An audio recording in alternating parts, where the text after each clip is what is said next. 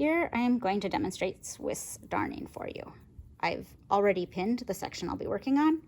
It's a place that there's already thinning, and the pin helps me find it when I am ready to mend it if I've been going through things a little earlier. So again, right here, when I push it taut, you can see my fingers through it. So you can see how it is thinning there from how it was originally. So I weave my ends in fairly loosely because I don't mind them showing, but you could do it a little bit more formally if you do. I go through the stitch above, which is the first one that is going to need attention. And then that's locking it in. Then I come through that first stitch. I'm just tracing what the knitting did originally.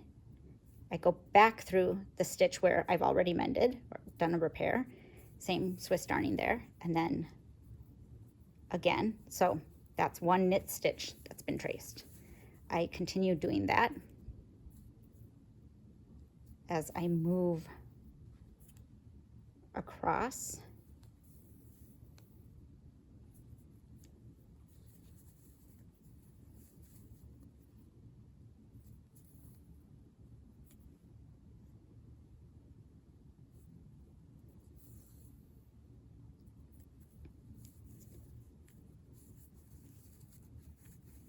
And I'm pulling it taut over my fingers just so that you can see the stitches. Makes it a little easier because it's redoing the knit. It continues to have stretch, so that's okay. It doesn't deform it.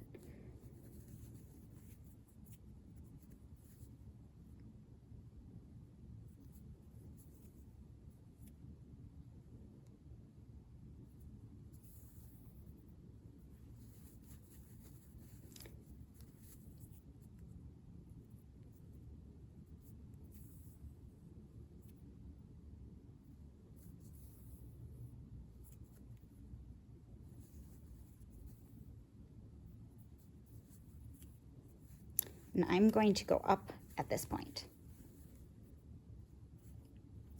So you can see where this stitch is. I'm going into it, back into that same stitch.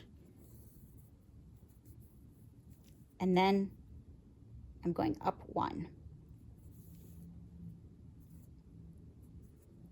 And then I just repeat, but going the other direction of what I did with the first row.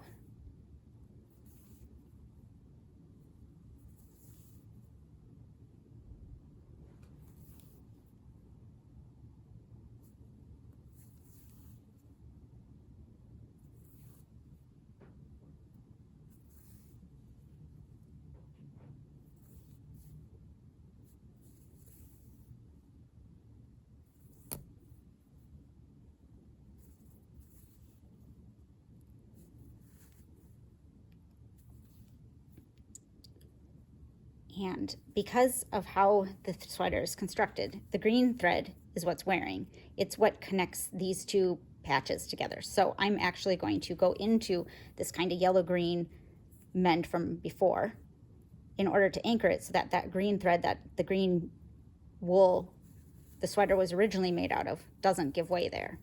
So I'm locking it back in. There's a little bit of color popping up, but I am fine with that. And going through again, doing another row.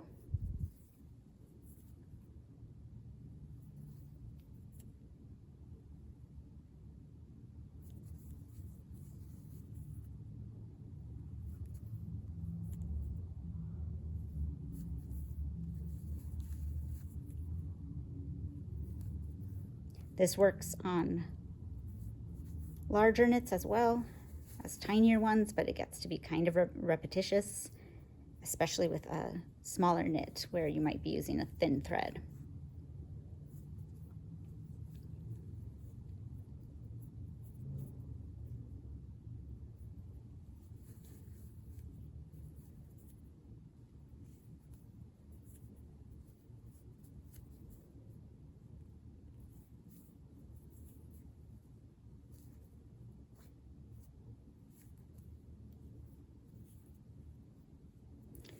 And again, I'm at the end of that row.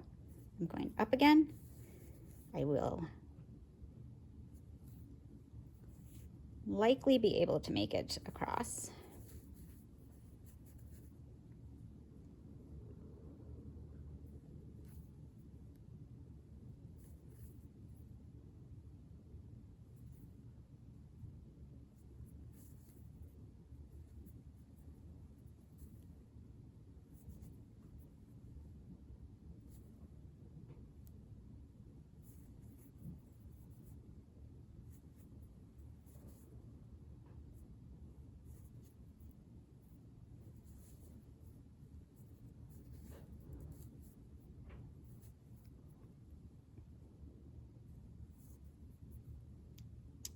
It's getting kind of tight there, and now I'm back, and I'm going to just weave it back in. You'll see I have to rethread that needle because there's so little left, and the length of the needle is more than the thread left. So there we go. That is Swiss darning.